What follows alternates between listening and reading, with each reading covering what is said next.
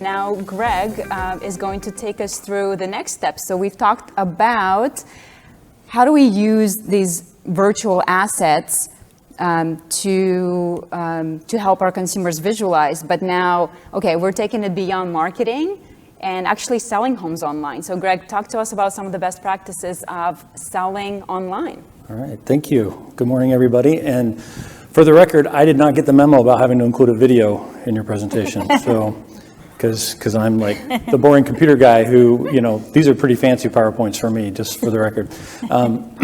But I do just kind of want to step back and ask the question, you know, do you believe this? Can we really sell homes online? We've been having these conversations for several years now.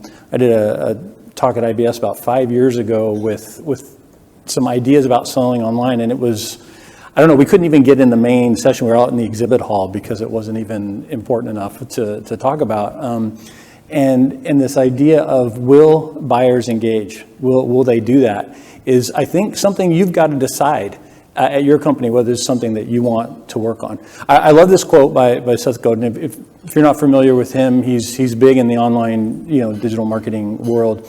But people do not buy goods and services; they buy relations, stories, and magic.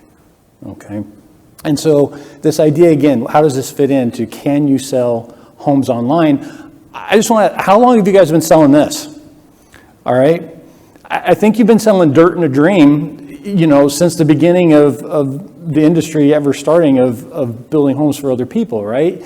You've had to create in people's minds the vision of what they're going to get 6 months from now, 12 months from now, you know, whatever it's going to be, because this is what they get to look at, right? Is mud, okay? Mud and some papers that promise there's going to be something there.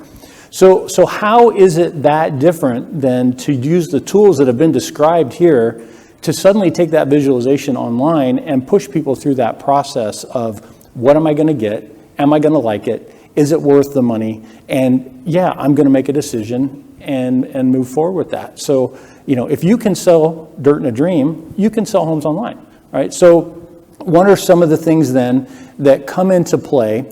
And again, they only gave me a few minutes, right? I could talk about this about 3 hours if you guys want to get it. But so I narrowed down to three. Okay, just three. But I think that these three are a great starting point. If you haven't accomplished this yet, then, you know, 4 through 25 aren't really going to matter. So, but the first one is we need to work on your website.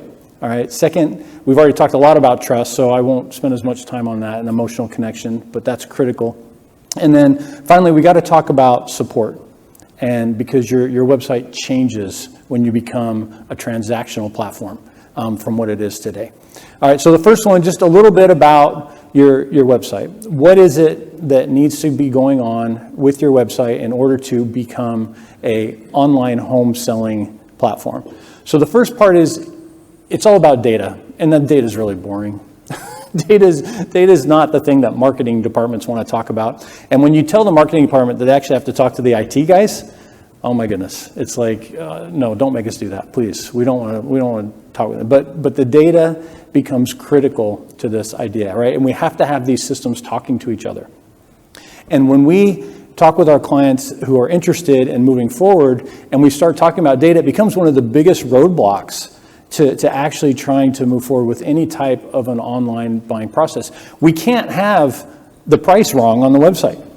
Okay, we can't have the available options wrong on the website if we're going to be trying to sell online and finish the transaction there. It can't be different than what they find out when they go into the sales office. We've got to have consistency and connectivity, and there has to be one master owner of the data, and it's got to be the same everywhere, and everybody has the same thing. Is that lot available or not? Right? I mean, at this moment. And if somebody clicks the reserve now button, what happens to everybody else who is trying to sell that? Do they know that it's no longer available? You know, these are some of the conversations, and honestly, the website people can't fix this for you. All right, this is in your back office that this has to happen, and of course, those of you who still do everything in Excel, it doesn't really connect very well to the rest of the world. all right? And heaven forbid the guys that still have sticky notes on the truck dashboard, okay, with what's available and what's not, right? I mean, that's a database, right? The sticky note database, but it's not really what we're going to be able to build on top of to make an online buying system work.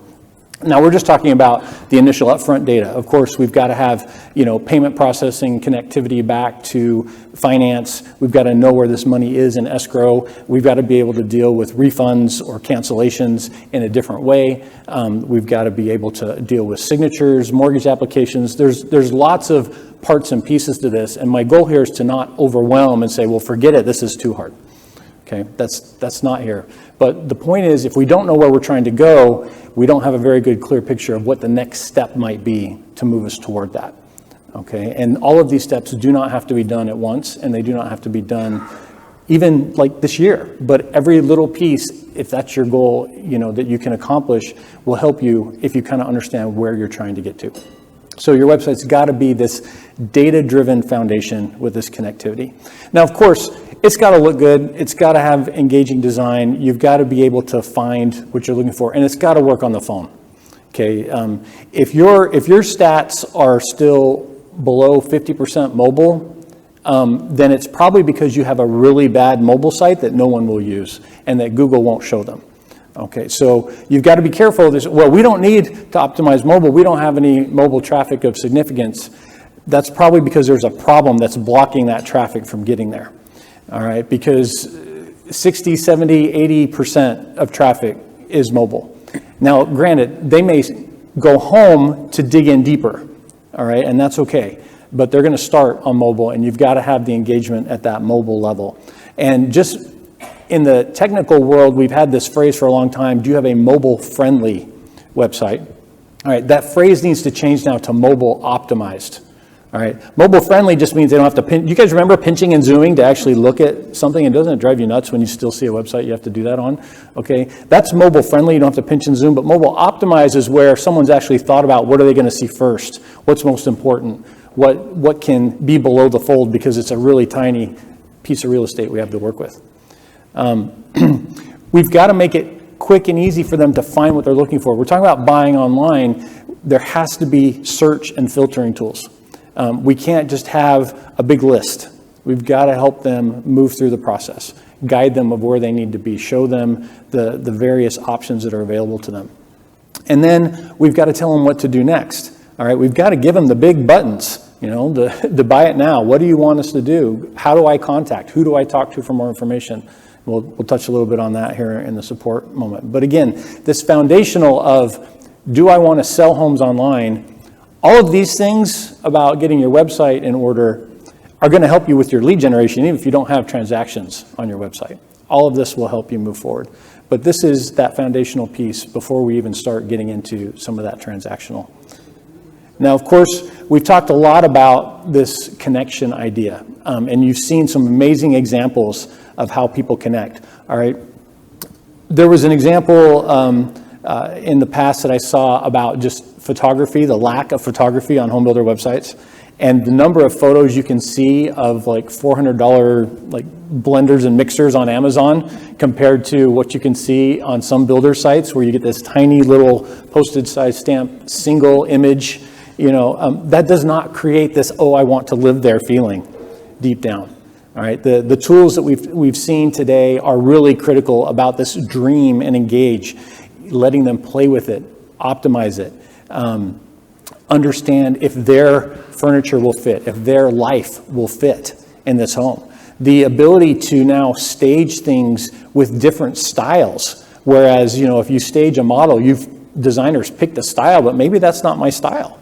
Right? Maybe I like something totally different, and being able to have different versions of that with these more affordable tools are ways to let more and more of your buyers engage and connect.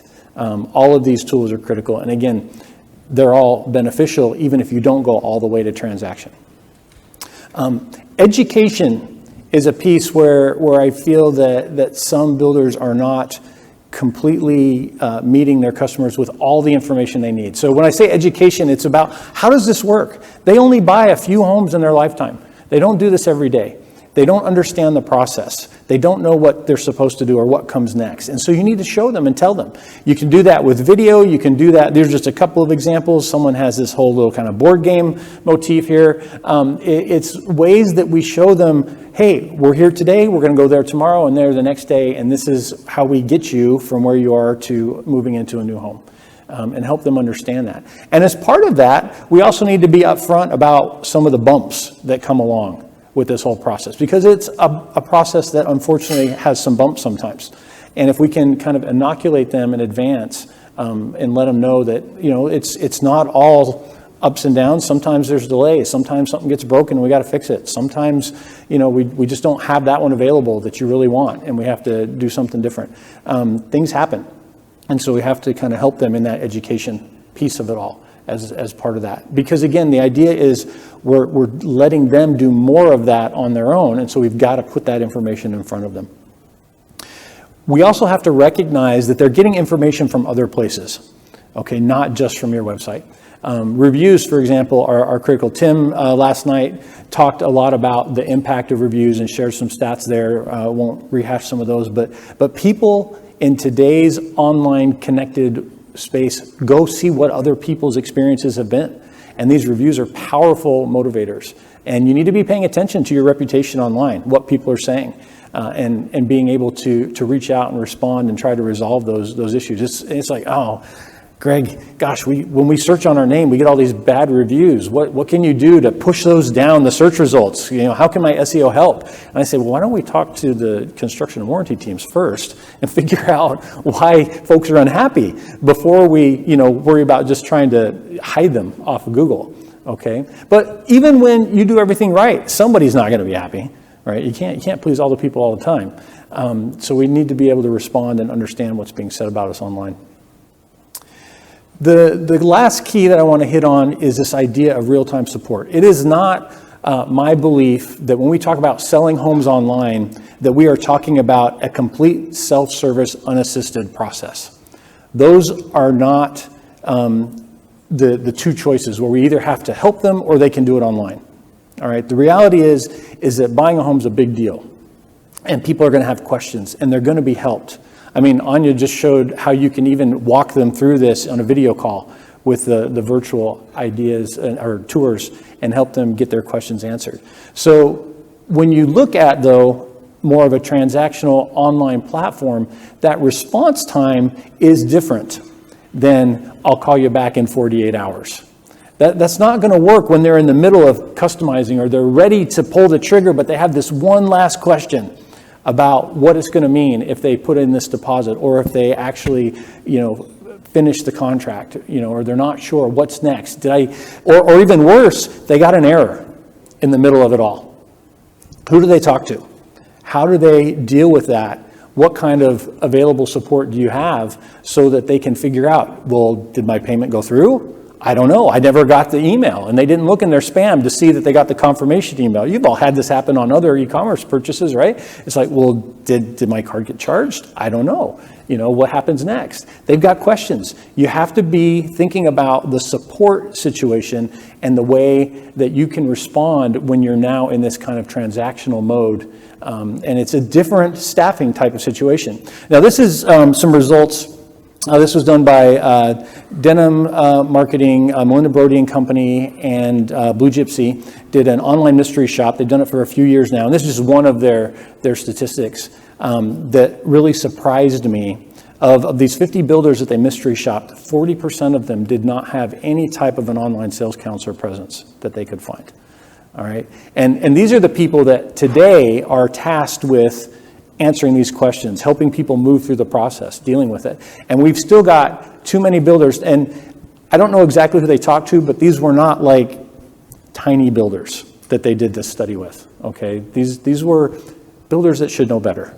And so when we talk about the opportunities to provide support and questions and help people move the process, there's plenty opportunity to improve and to differentiate yourself from the other builder in the other browser that they've got open at the same time that they're trying to decide between. And if they get answers from you, where do they make the connection, compared to the others? So the other option here is to use technology. of course, to help with this. Our friends in the chatbot world, good friends with folks at Atlas RTX, they've given me some statistics that they're shocked at the number of folks that are doing chats at 2 in the morning, 2 a.m. Okay, your online sales counselors probably don't want to be sitting there at 2 a.m. ready to deal with some of these questions. So how do we keep them moving with some of those questions? How do we use technology to be able to improve that response time is a real opportunity, to differentiate and make sure that we're also engaging in the way they want to engage. Do they have to call, or can they send a text message? And how do we interact within our support system with a text message that's not a phone call, that's not an online chat? Do we have the tools in place to be able to do that and be able to support? So these are just some of the keys to be able to think about what can make a difference in providing this whole can I sell the home online, where people can finish that process, make the purchase. And we know it's happening. People are buying homes sight unseen. There are builders experimenting and testing and paving the way. Customers that we've asked about it and some of the surveys we've done are interested. So one of the surveys that Blue Tangerine did this last year indicated that there's about 40% of the potential buyers that want online parts of the process. They want it. They don't expect to just drive and visit and do everything in a sales office. And many of them don't even know or haven't even conceived of the idea that they could potentially do all of it online. And so as they become more comfortable with that idea, there's going to be a demand for it. It won't be everybody. All right, not trying to say that everybody is always going to buy online and never come to a sales office again, and all your salespeople are going to need to find other work. That is not the vision. But rather, what they're going to do and the kinds of conversations they're going to have are going to change. And so I hope just give you some thoughts there if you're considering that. And happy, here's my email if you want to talk more about it. We'll also be over in the other hall here later today. Well, thank you very much. So today we've presented the whole marketing to sales process using renderings, 3D tours, and specific tools that you're going to need in order to make that happen.